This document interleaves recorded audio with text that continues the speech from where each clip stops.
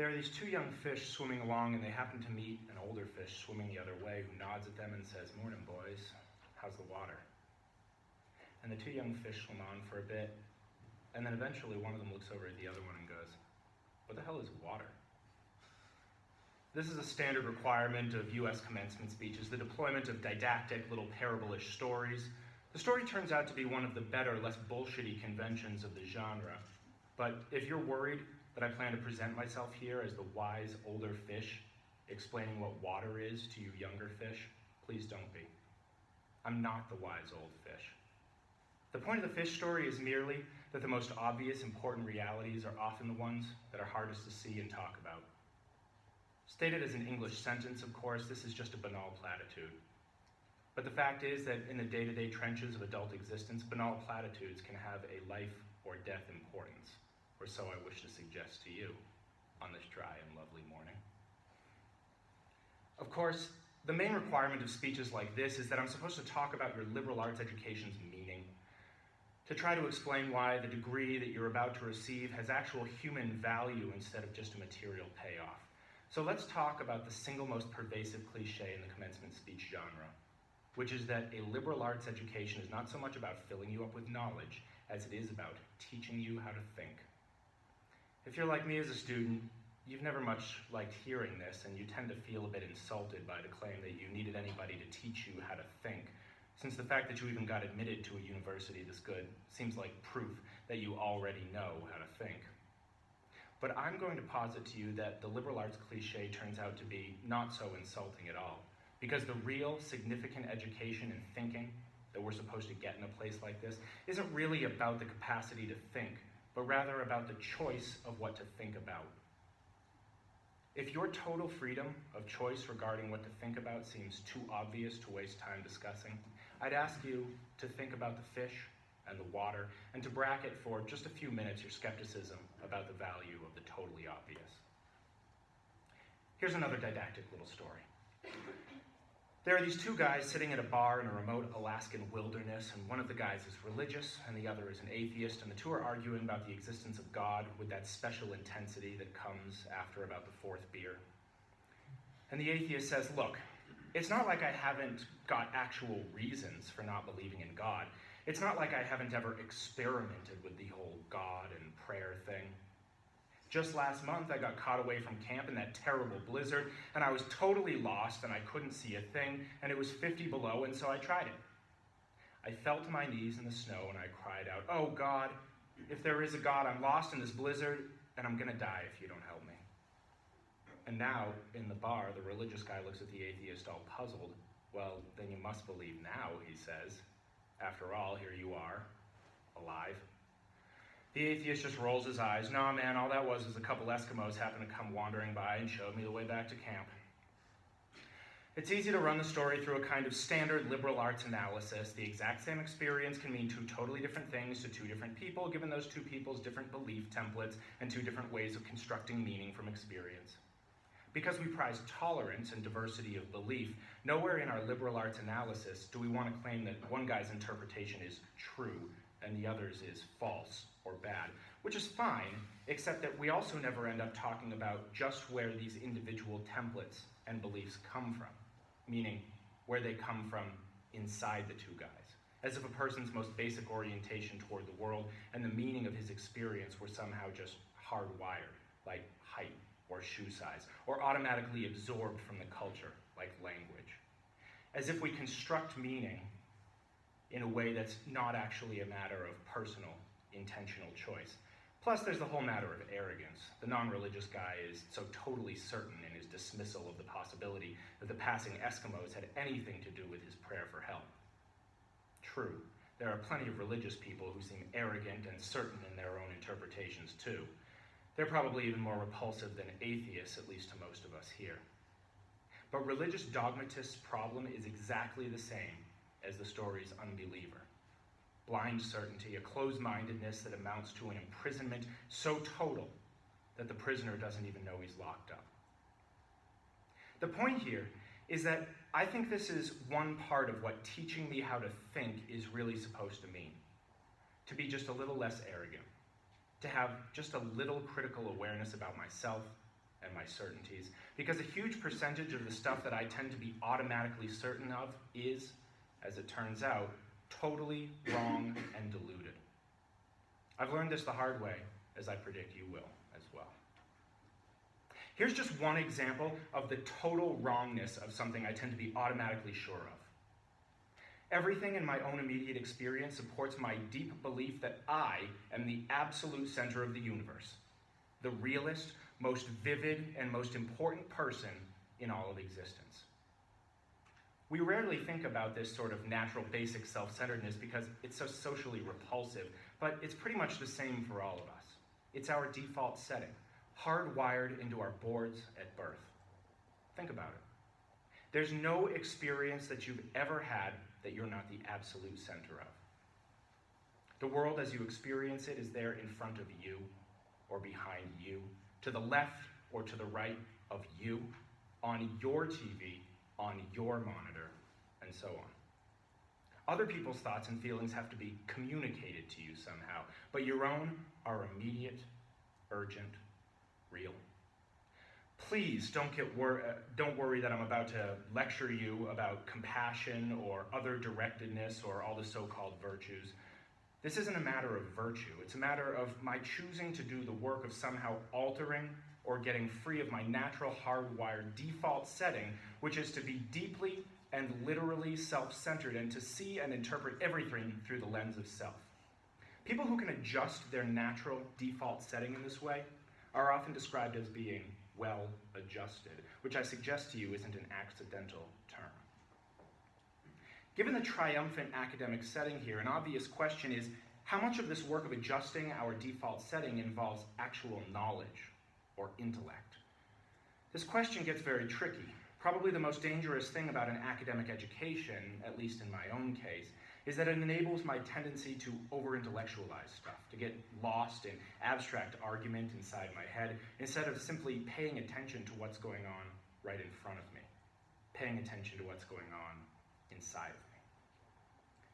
As I'm sure you all know by now, it's extremely difficult to stay alert and attentive instead of getting hypnotized by the constant monologue inside your own head, which may be happening to a number of you right now.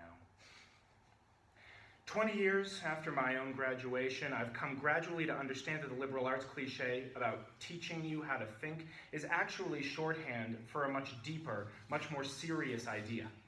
Learning how to think really means learning how to exercise some control over how and what you think. It means being conscious and aware enough to choose what you pay attention to and to choose how you construct meaning from experience. Because if you can't exercise this kind of control in adult life, you'll be totally hosed. Think of the old cliche about the mind being an excellent servant but a terrible master. This, like many cliches so lame and unexciting on the surface, actually expresses a great and terrible truth. It's not the least bit coincidental that adults who commit suicide with firearms almost always shoot themselves in the head. They shoot the terrible master. And the truth is that most of these suicides are actually dead long before they pull the trigger. And I submit that this is what the real, no bullshit value of your liberal arts education is supposed to be about. How to keep from going through your comfortable, prosperous, respectable adult life dead, unconscious, a slave to your head and to your natural default setting of being uniquely, completely, imperially alone day in and day out. That may sound like hyperbole or like abstract nonsense, so let's get concrete. The plain fact is that most of you don't have any idea what day in and day out really means. There happen to be whole, large parts of adult American life that nobody talks about in commencement speeches. One such part involves boredom, routine, petty frustration. By way of example, let's say that it's an average adult day. You get up in the morning, you go to your challenging white-collar college graduate job, and you work hard for 8 or 10 hours, and at the end of the day, you're tired and somewhat stressed, and all you want to do is go home and have a good supper and maybe unwind for an hour and then hit the sack early because, of course, you have to get up the next day and do it again. But then you remember that there's no food at home. You haven't had time to shop this week because of your challenging job. And so now, after work, you have to get in your car and drive to the supermarket. It's the end of the workday, and the traffic is apt to be very bad. So getting to the store takes way longer than it should, and when you finally get there, the supermarket is very crowded because, of course, it's the time of day when all the other people with white-collar jobs also try to squeeze in some grocery shopping.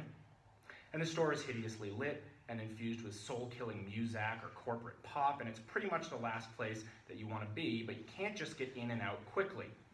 You have to wander all over the huge overlit store's confusing aisles to find the stuff that you want, and you have to maneuver your junky cart through all these other tired, hurried people with carts, etc., etc. And eventually you get all of your supper supplies, except now it turns out that there aren't enough checkout lanes open, even though it's the end of the day rush. So the checkout line is incredibly long, which is stupid and infuriating, but you can't take your frustration out on the frantic lady working the register who's overworked at a job whose daily tedium and meaninglessness surpasses the imagination of any of us. But anyway, you finally get to the checkout line's front, and you pay for your food, and you get told to have a nice day in a voice that's the absolute voice of death. Then you have to take your creepy, flimsy plastic bags of groceries in your cart with the one crazy wheel that pulls maddeningly to the left, all the way out through the crowded, bumpy, littery parking lot. And then you have to drive all the way home through the slow, heavy, SUV-intensive rush hour traffic, etc., etc.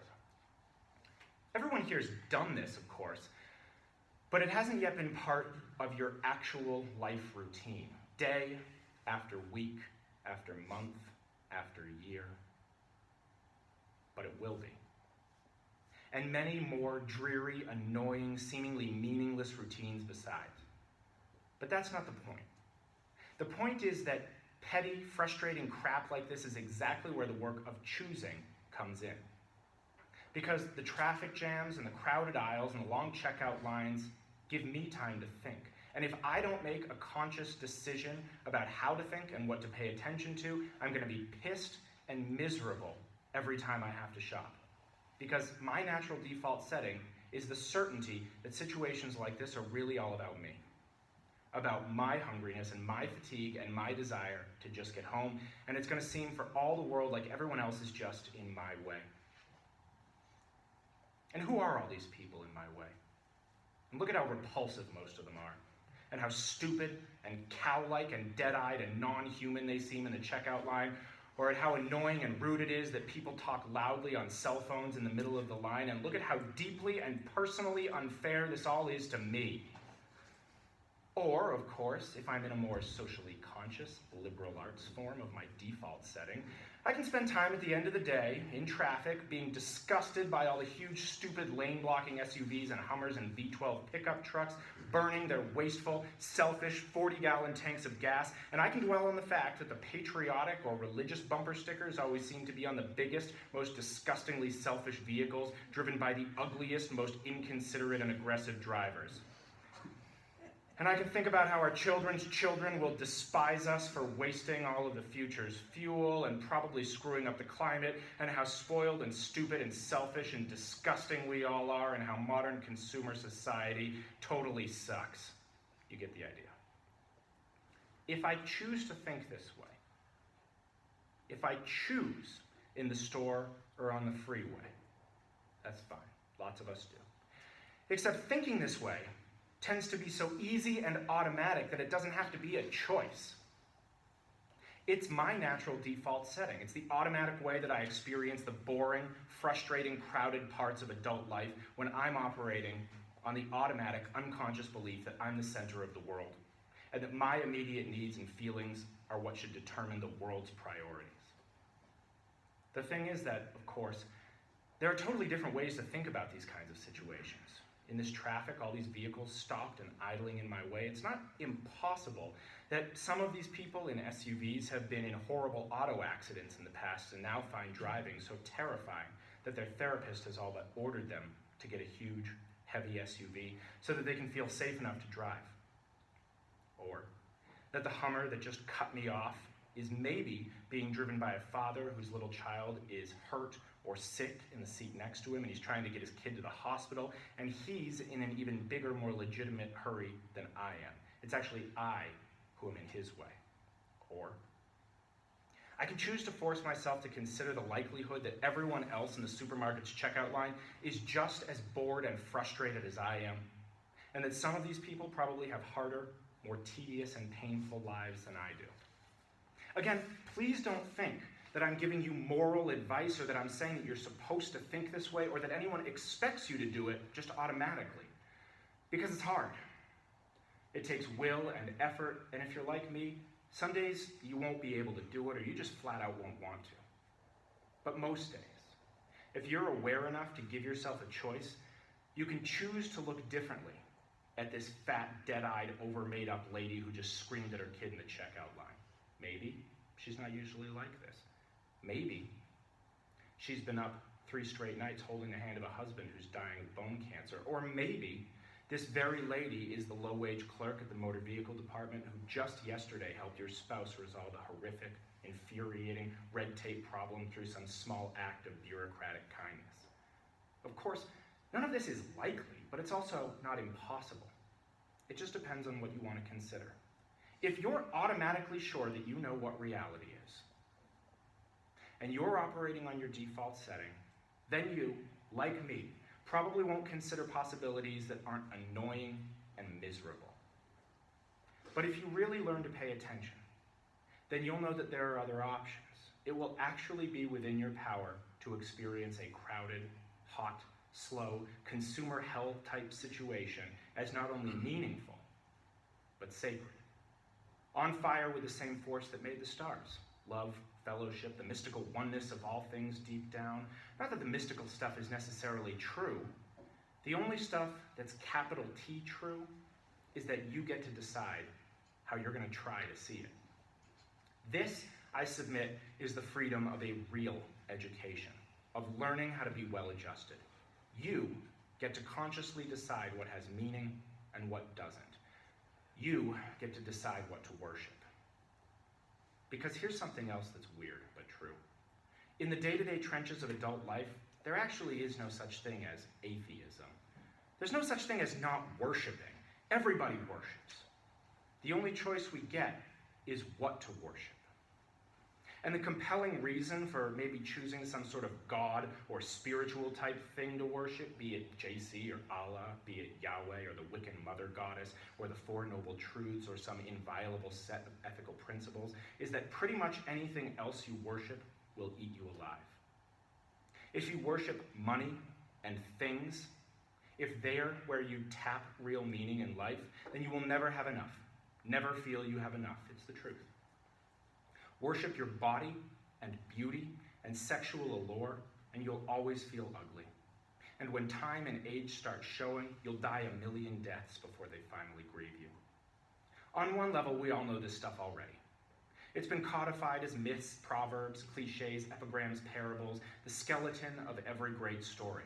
The whole trick is keeping it up in front in your daily consciousness. Worship power, and you'll end up feeling weak and afraid, and you'll need ever more power over others to numb you to your own fear. Worship your intellect, being seen as smart. You'll end up feeling stupid, a fraud, always on the verge of being found out. But the insidious thing about these forms of worship isn't that they're evil or that they're sinful, but that they're unconscious. They're our default settings. They're the kind of worship that we just gradually slip into, day after day, getting more and more selective about what we see and how we measure value, without ever being fully aware that that's what's going on. And the so-called real world will not discourage you from operating on your default settings, because the so-called real world of men and money and power hums merrily along in a pool of fear and anger and frustration and craving and worship of self. Our own present culture has harnessed these forces in a way that has yielded extraordinary wealth and comfort and personal freedom. The freedom all to be lords of our tiny skull-sized kingdoms, alone at the center of all creation. This kind of freedom has much to recommend it, but of course, there are all different kinds of freedom. And the kind that is most precious, you will not hear much talked about in the great outside world of wanting and achieving. The real important kind of freedom involves attention and awareness and discipline and being able truly to care about other people and to sacrifice for them over and over in myriad, petty, unsexy ways every day. That is real freedom. That is being educated and understanding how to think. The alternative is unconsciousness, the default setting, the rat race, the constant gnawing sense of having had and lost some infinite thing. I know this stuff probably doesn't sound fun and breezy or grandly inspirational in the way that a commencement speech is supposed to sound. What it is, as far as I can tell, is the capital T truth with a whole lot of rhetorical niceties stripped away. You are, of course, free to think of it whatever you wish, but please don't just dismiss this as some finger-wagging Dr. Laura sermon. None of this stuff is about morality or religion or dogma or big fancy questions of life after death. The capital T truth is about life before death. It's about the real value of a real education, which has almost nothing to do with knowledge and everything to do with simple awareness. Awareness of what is so real and essential, so hidden in plain sight all around us all the time, that we have to keep reminding ourselves over and over again, this is water. This is water. It's unimaginably hard to do this, to stay conscious and alive in the adult world day in and day out, which means that yet another grand cliche turns out to be true. Your education really is the job of a lifetime, and it commences now. I wish you way more than luck. That's David Foster Wallace.